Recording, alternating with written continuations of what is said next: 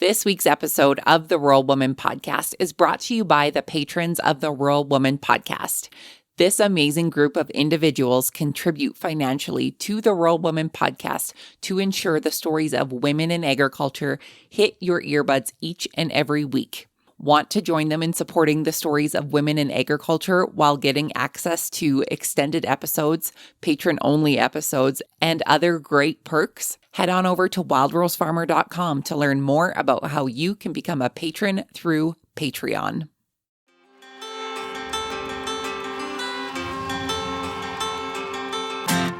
Hi, I'm Caitlin Dubin, and this is the Rural Woman Podcast.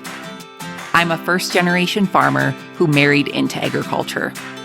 Born and raised in a city, I was so unfamiliar with where my food came from, but I was determined to figure it out.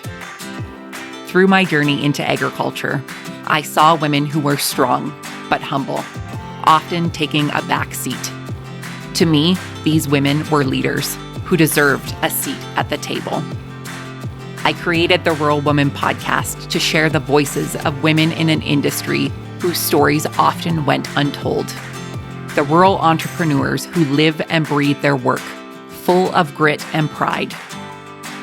We come here to share our stories, to be in community with each other, to be challenged and inspired, but most importantly, to be celebrated and to be heard. We may not all live, farm, ranch, or homestead the same, but we are all connected. We are rural women, and our stories are worthy of being told.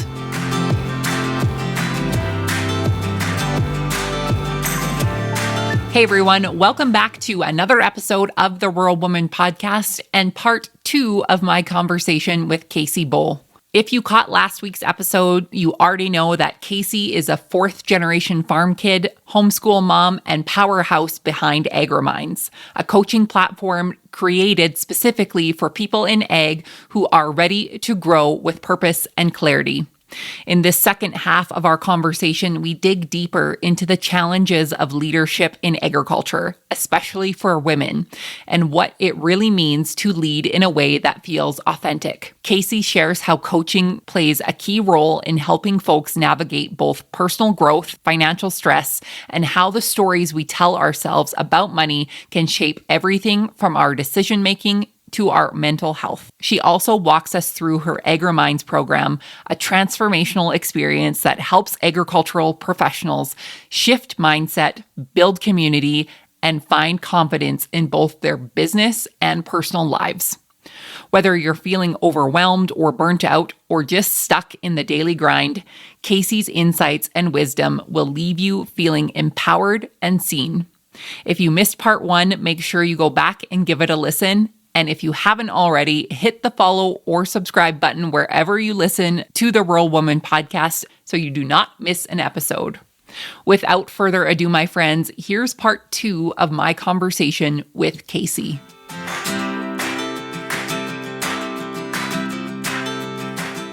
Kacee Bohle, welcome back to the Rural Woman Podcast for part 2. How are you? So good. I am so pumped for the rest of this conversation. I am too. My brain feels itchy, and that's when I know, like, I'm so excited. I'm so excited to dive in to all of these topics. So we left off talking about burnout and boundaries. I want to talk about leadership in agriculture, and I know this is something that you are very passionate about. What are some common leadership challenges that you are seeing amongst ag professionals, whether that's in the field or behind a desk in agriculture? What are some of the common challenges that you're seeing? I think there's several challenges. I think the very first one is most people just don't know what leadership is, nor how to go about it. And I think that myself included, right? Like, I was the same person, and I've seen a lot of my clients, especially females, thinking they have to show up a certain way or it doesn't count or it's not going to be effective. And I'm strictly speaking, from the female perspective here, because we talked about stereotypes in the last part where, like, we just assume that if you're a woman in ag, this is the box that you fit. You're either a farmer's wife, or you're this like just macho butch woman who's just like, you know what I mean? Like there's not an in between. And there is so many women in ag who are in that in between of like, do I have to be manly because I'm a woman in ag? Do I have to talk a certain way? Do I have to dress a certain way? Do I have to act a certain way? And so we don't know what we're supposed to doing. There's not ever been a rule book. We're just kind of figuring it out as we go. And I think every woman is figuring it out as they go, depending on the role that they play and like kind of just like dipping their toe on certain things of like, is this acceptable? And then they retract. Is this acceptable? And then they retract, right? And so when I think about leadership, I used to think leadership meant getting in the front, everybody follow me, I'm leading the way. And I did that for several years of my career. And I was like this alpha female who was like, get in line or shut up. Right. Like that's how it was. Like I felt like I had to be bossy or I wasn't going to get taken seriously. And that was both to my female counterparts and to my male counterparts. And, you know, we talked about a couple of B words in the last part of this. Like, I don't know maybe you have to beep this part out, but like, I felt like I had to be a bitch in order to be successful in this industry. And that was just not the case. That's not actually leadership. And it wasn't until I went through a leadership program through Purdue Extension that I realized that leadership actually has nothing to do with that. Leadership is being in the back sometimes and being quiet and empowering other people to step forward and overcome challenges. Leadership is doing stuff that's really uncomfortable and sometimes unpopular, right? And so I think that those are some of those big challenges around leadership within the industry, especially for women, is like, we don't know what we're doing, let alone how to lead, let alone what we're supposed to say or what we're supposed to wear. Like there's so many challenges that everything just kind of gets thrown into this bucket, this whirlwind of, I don't know, I'm just going to wing it. So that's probably the biggest thing that I see is like, we don't know what's appropriate. We don't know what's right. We don't know what we want sometimes. And so we just let other people tell us what we should be doing, whether it's right or wrong, we don't know. But I think sometimes that's what happens is we just fall in line. And so we don't know that we have the choice to be a leader, let alone how to go about it. Right. When I'm hearing this, and like you had said, there's the notion that to be a leader, you have to be aggressive or you have to be a bitch or whatever it is. But then there's also that caveat. Then it's like some people look at you as aggressive or they look at you like a bitch because you've taken those steps to move forward while others had sat back and said, I don't know what to do. And then there's that stereotype, right, of these women who have stepped forward and have put themselves out there. Well, then they're all of these things because we're still sitting back here, still wondering what we're supposed to do. And it's so complicated. And it's not even just in agriculture in general. It's women in general. Like we could have a whole other podcast about all of the things in leadership and in just being a woman in the world today. But when I look at women in agriculture, and from my perspective, the women that I view as leaders, this is from my perspective, they have taken those small steps forward. They haven't been big. They haven't been fancy. They've just been small and they've been consistent. And to me, that consistency shows leadership for me, that even though if they've been knocked back a few steps along the way because of adversity or because things had happened and didn't work out that way, but they got back up and they kept trying, to me, that's a leader. I'm curious to know, in your personal definition of a leader, what does a leader look like for you? Yeah, well, I always thought, again, that leadership was this, I need to step in the front. I need to get to the front of the line as quickly as possible. I need to lead the group. I need to be in charge. I need to be the boss. And I got it wrong for so many years. And I think that my reputation was hindered because of it. I think my mood and my spirit was dampened because of it, because I wasn't living in a true, authentic way. And so I think leadership can look really different depending on the situation, depending on the person. And so I don't know if I want to give it a definition, if I'm honest with you, because I think it can mean so many different things. All I know is that the way I thought I was leading was right, and it didn't feel good. It didn't feel right. And so I knew that that's not what leadership was. I knew what it wasn't. But again, I don't know if I want to give a definition because I'm still figuring that out too. And even though I've been certified as a leadership coach, I literally have certifications in this. I think it can show up in a lot of different ways. And each of those ways can be really powerful and positive. Absolutely. I love that. No definition is the best definition. Like you said, because it can show up in so many different ways. And the way that I view it can be different from how you viewed it or somebody else. So I love that. Something that I think often hinders growth in leadership and in agriculture on the farm really often hinders on productivity. As farmers out in the field, you have to be productive. You have to get the crop in. You have to get the animals to market. You have to keep doing all of these box checking things in order, I guess, to turn a profit, to make a living. How do you speak to someone who is really hesitant about making changes to their operation in terms of decisions that take away from productivity, take away from the bottom line, that are more of those personal growth things? How do you convince that person that these things matter just as much as the grain in the bin? I love the way that you teed this question up because I think it's going to show the power of what a coach does. So we talked about the difference between a coach, a consultant, a counselor, a mentor, a peer in the last part.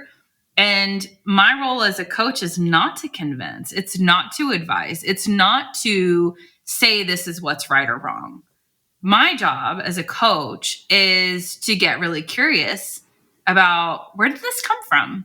What makes you think you have to make a change? Why do you want to make a change? What are the pros and the cons of making the change? And letting them explore that. And I think that we don't have much, we don't have very many people coming at it from that angle in this industry, because like we talked about earlier, everybody wants to solve, everybody wants to see something instantly. We don't have a lot of people saying, why do you need to do that? Where'd this come from? Who told you that that had to happen? Is this something that you actually want to do? If so, let's talk through it, right? And so I get really curious and I ask the right questions to help them figure out what they need to do. I love that. And to get clear on the why. And why is such a powerful question. I'm curious, how many people have you talked out of doing something that they thought they had to do? Oh my gosh, so many. I actually talked myself out of doing something this morning. And so I'm going through a coaching certification right now to get to the next level of coaching. And so I'm in this training program, and every couple of sessions, somebody has to play the coach and somebody has to play the client. And we do kind of like a role play. And then everybody else on the call evaluates the session. Mostly they're evaluating the coach.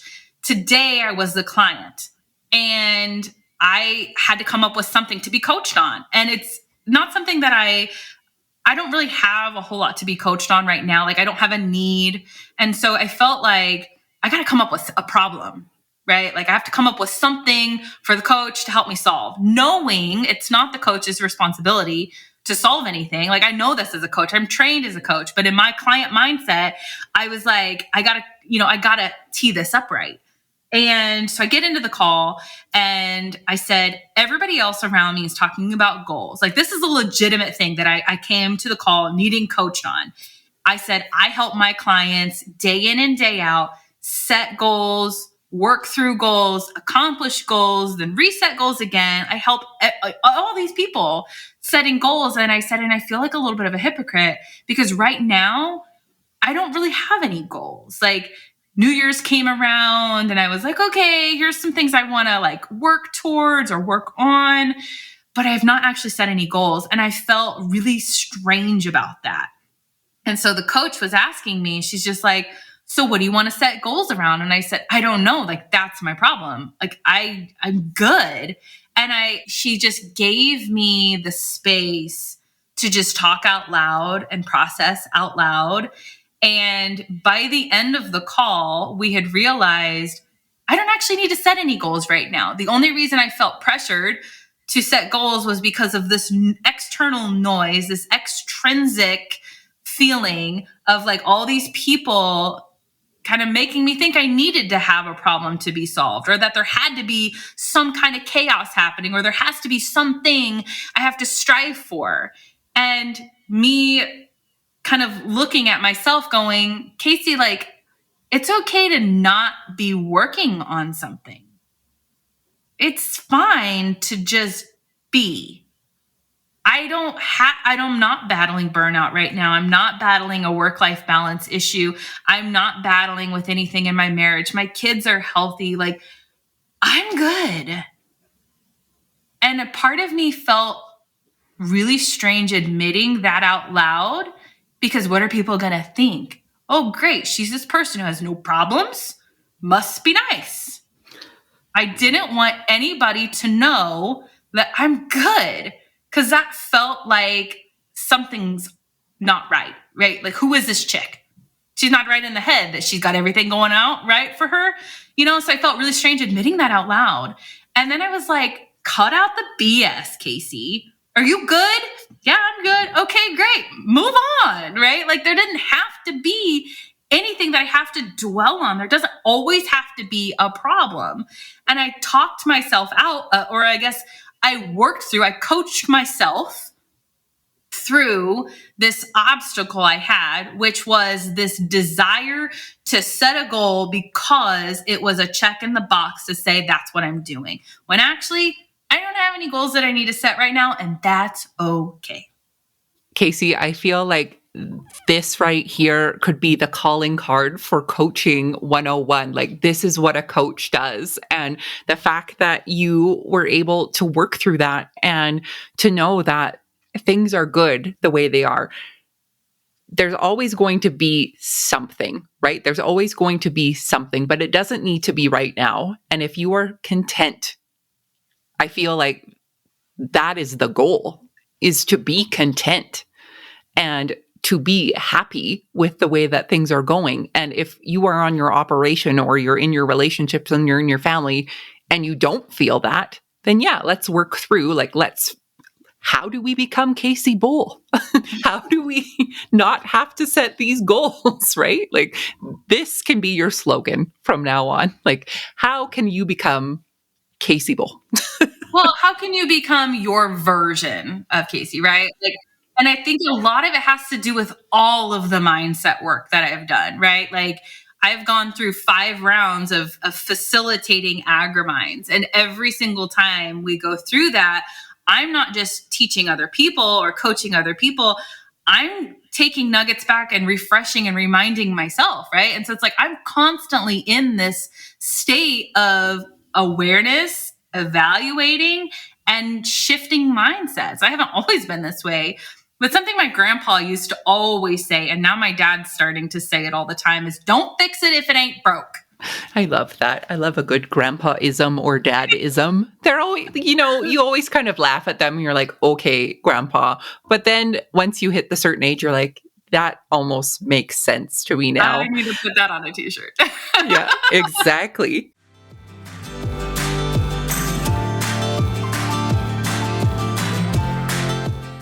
You can help support the stories of women in agriculture to be shared through the Rural Woman podcast on Patreon. What is Patreon? It's a membership-based platform that helps fund and support creators like me to create and produce content like this that you all love. New to the Rural Woman Podcast Patreon is ad-free listening and patron-only bonus content and exclusive episodes. Learn more and join the patron gang today at patreon.com/The Rural Woman Podcast.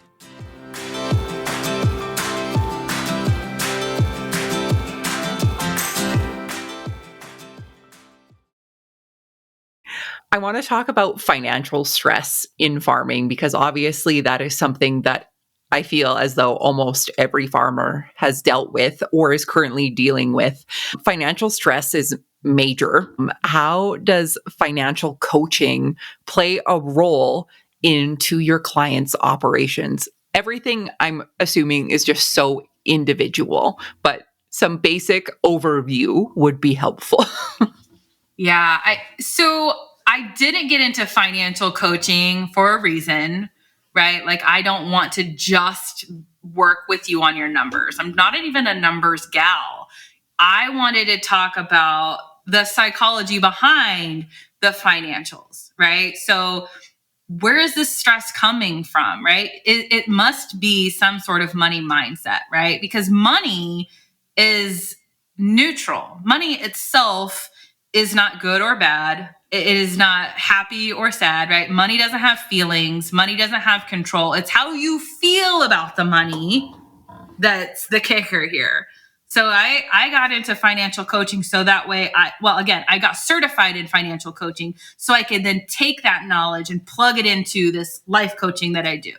And so there are a lot of conversations that I have around money. And like you said, every single conversation, whether it's in my group coaching or one-on-one, is very different. Everyone's got a different perspective, but what it usually comes down to is mindset. And it usually comes down to, what does this mean to everything else? It's scarcity is what it is. Lack of money means blah, blah, blah. Right. And so I have to shift it and help people work through, I want this so that I can have X, or I want to do this so that I can feel this, right? Like, so there's this so that in there that I don't think many people answer. And so they are feeling stressed because it's unknown. And I think when we start there, that usually starts to put some puzzle pieces together.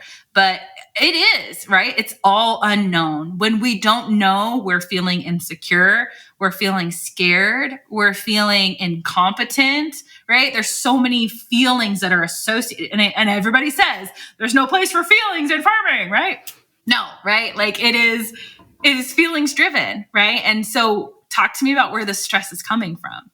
Usually it comes down to some scarcity or some kind of negative connotation that comes with lack, right? And so again, those conversations are very different. Right. And I just think, agriculture has so many unknowns in it, right? There's the economy, there's markets, there's disease, there's global pandemics that all will play a role in your operation and finances. And when you say money is neutral, for me, that almost feels like a relief, right? It's not all of the answers. We don't have all of the answers. And as much as we try, we never will have all of the answers because there's so many outside factors in what we do. But having those kind of grounding pieces of being like, money is neutral, we will figure it out. We figured it out before. I feel like that makes me feel a little bit more at ease about those tough conversations. Yeah. I mean, and that's just not my opinion. I mean, we could even look at it through a biblical aspect, right? Like, the foundational book says the love of money is the root of all evil. Money is not evil, right? Like, it tells us money is a thing. It doesn't do anything. It's the person with the money or the feeling about the money, right? And another coach of mine that I've worked with in the past shared with me this analogy around a train station. and how like your mind is a train station, and each train at the train station is a feeling, and each car on the train is like a subcategory. Like you could be angry, and then it could be like levels of angry, right?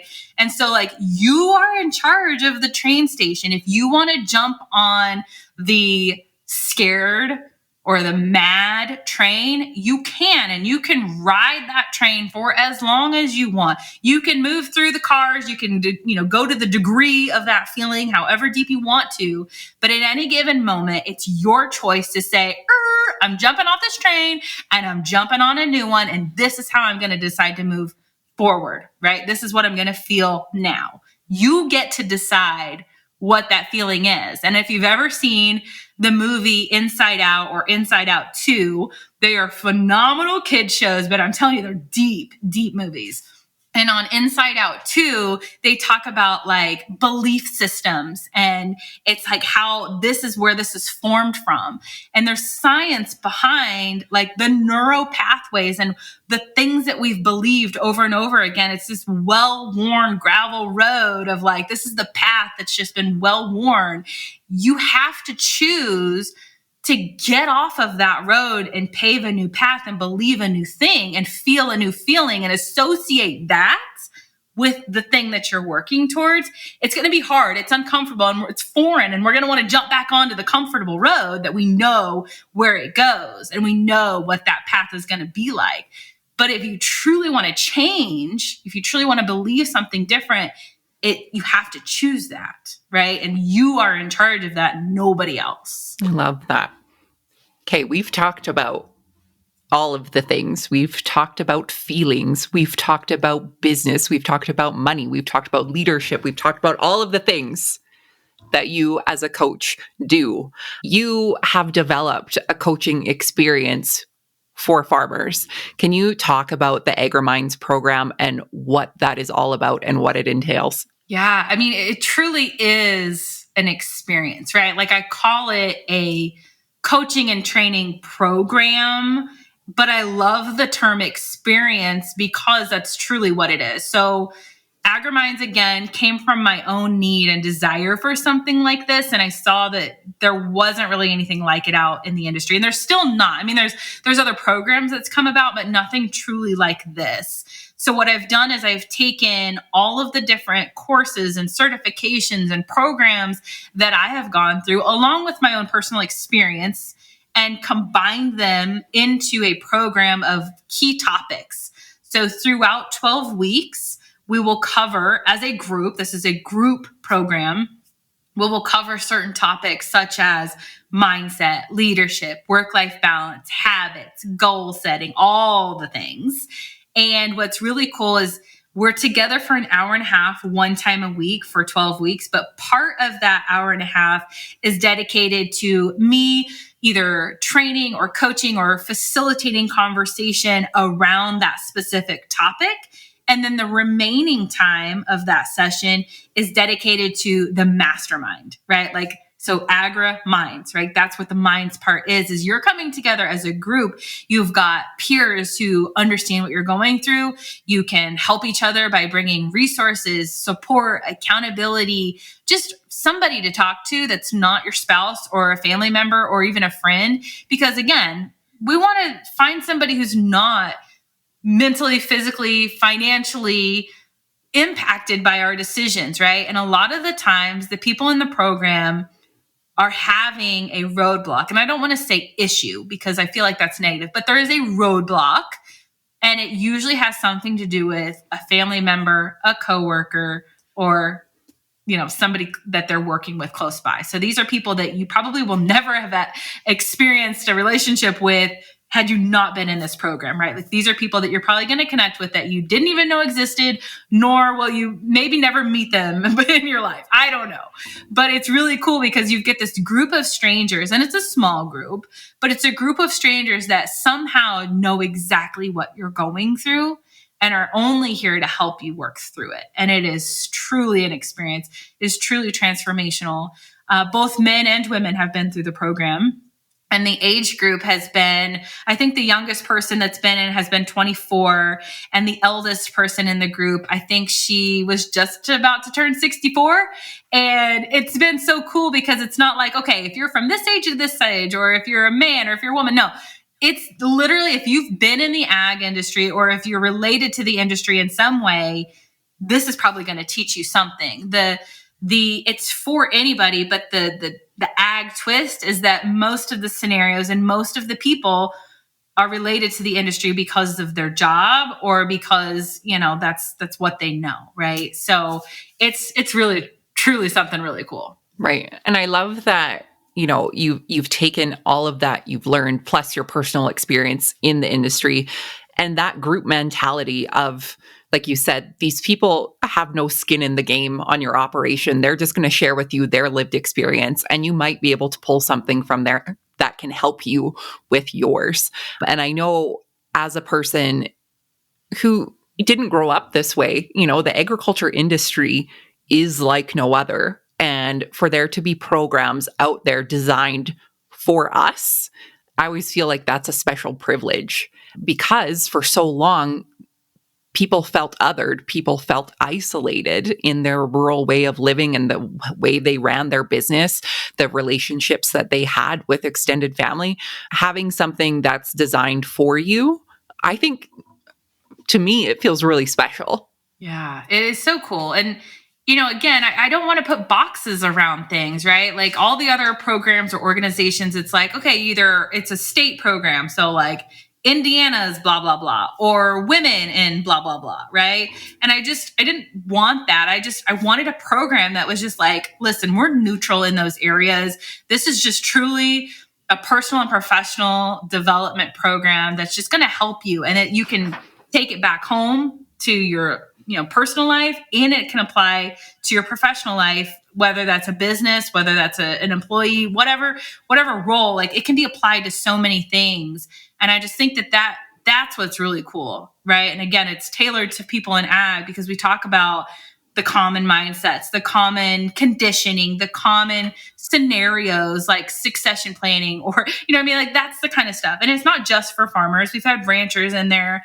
We've had people who worked in the industry in there. So, it's not just for farmers, but most of the people that have gone through the program are farmers, and most of them have been in the Midwest, but we've had people all over the US and a couple people from Canada too. So it's just really interesting to see, especially the people who were from Canada coming into the program.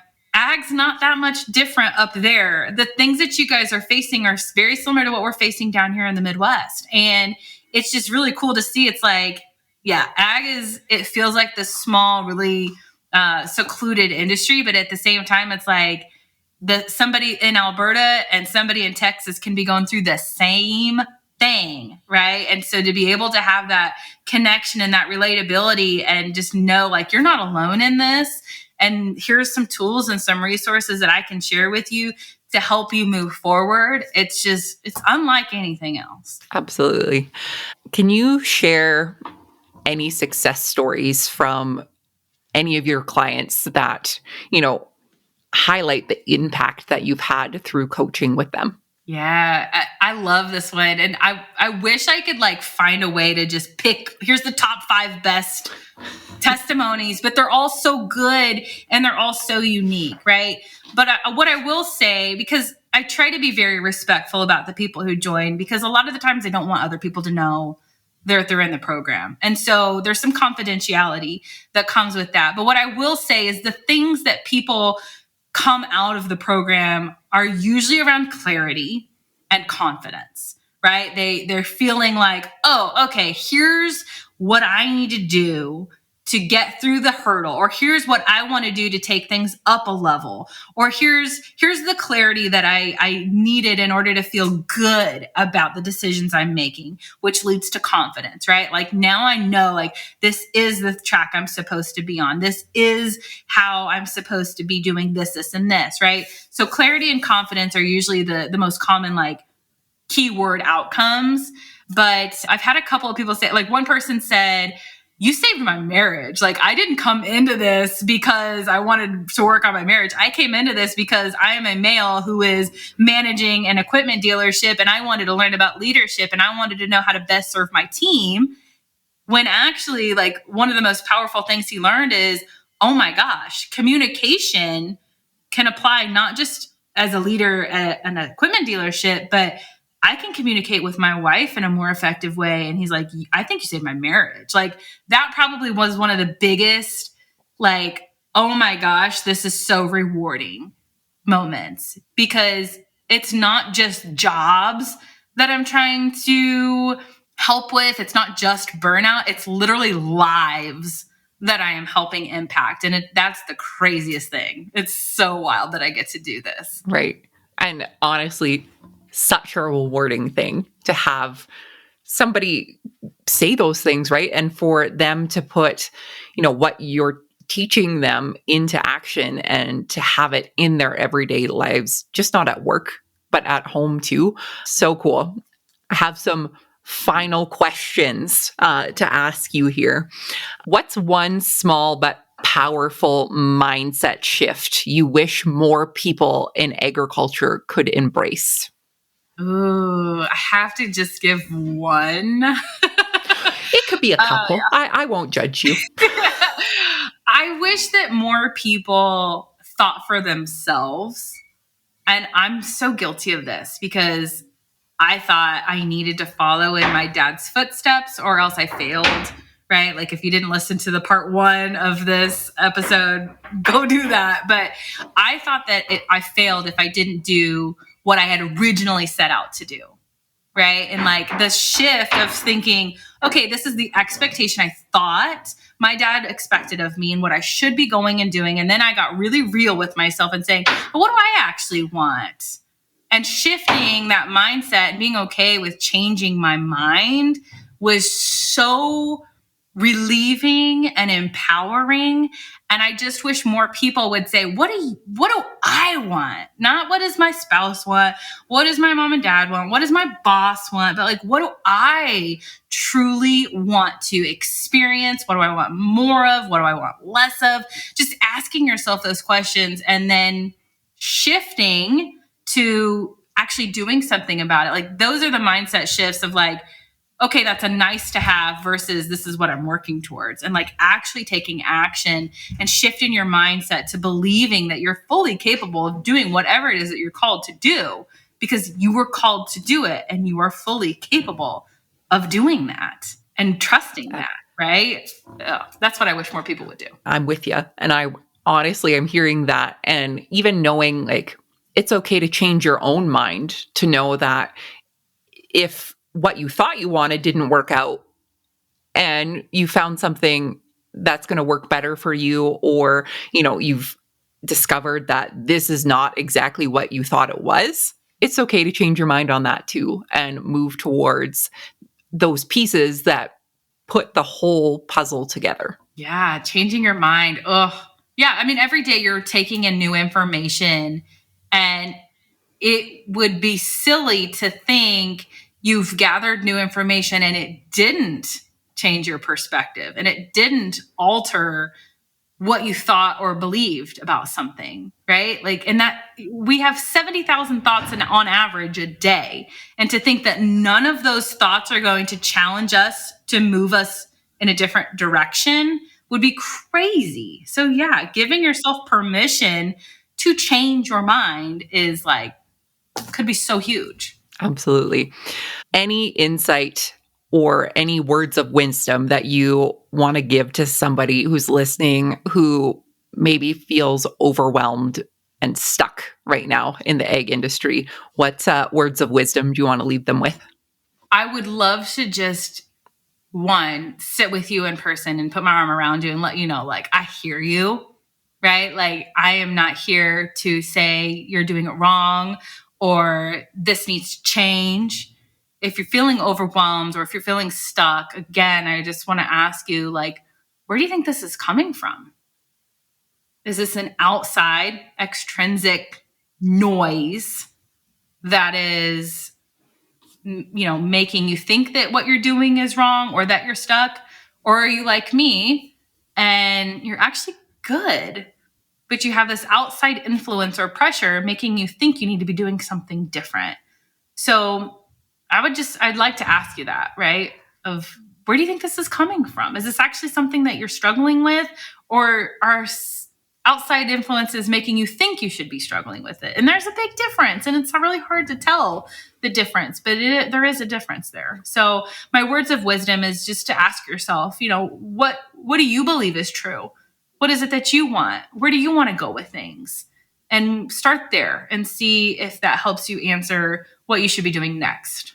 Kacee, I feel the collective, we felt your arm come around us with that. And all of the wisdom and information that you've shared with us, truly can't thank you enough.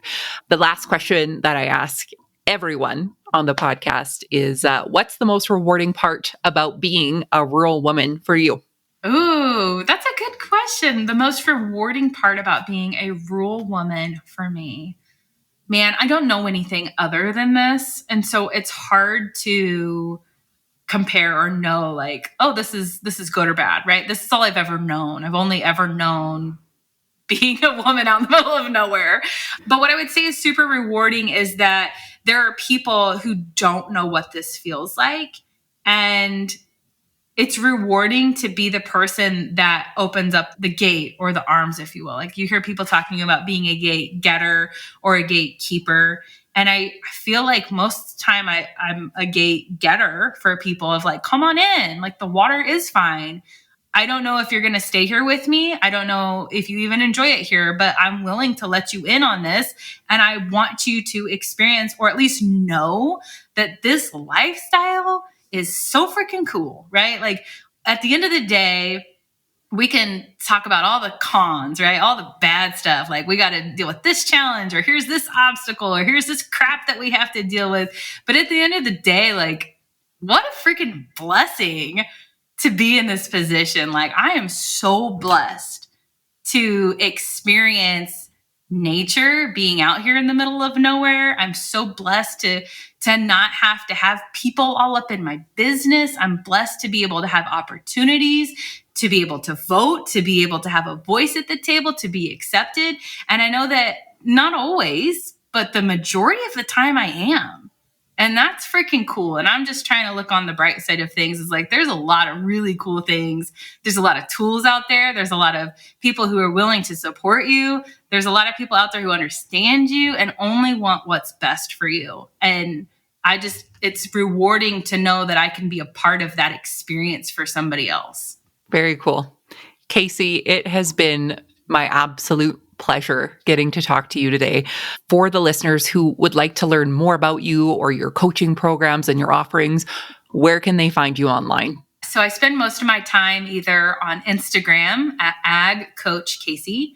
I do have a professional business page on Facebook, Ag Coach Kacee, and then I'm also on LinkedIn under Kacee Bohle. And I'm actually in the midst of getting a website revamp. I've hired another rural agribusiness person who specializes in websites. So again, just supporting our own here.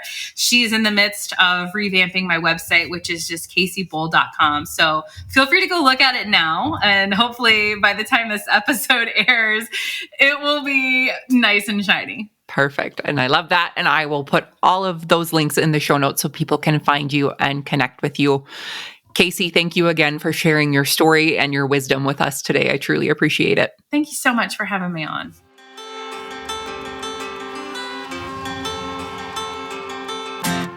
Thanks for listening to the Rural Woman Podcast. The Rural Woman Podcast is more than just a podcast. We are a community.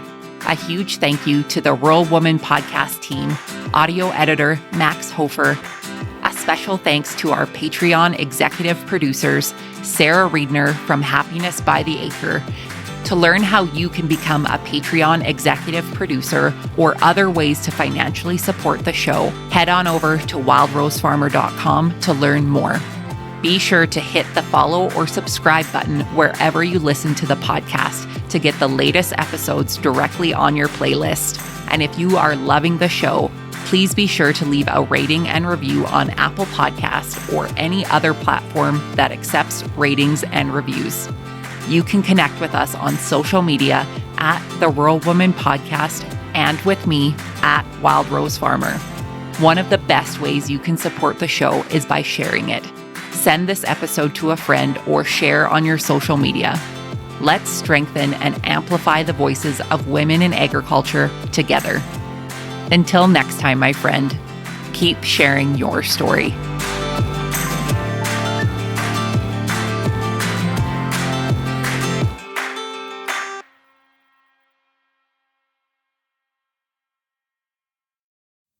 Did you know that you can get this same great episode of the Rural Woman Podcast ad-free? I get it. Listening to ads during a podcast isn't always my favorite either. But in order to keep the lights and coffee pot on here at the Rural Woman Podcast Studios, they are necessary.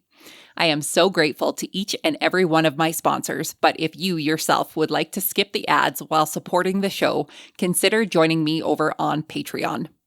Patrons of the Rural Woman Podcast get ad-free episodes starting at Tier 5 on their podcast player of choice each week, plus some other great benefits. Find out more by heading to the link in today's show notes to learn how you can become a patron through Patreon.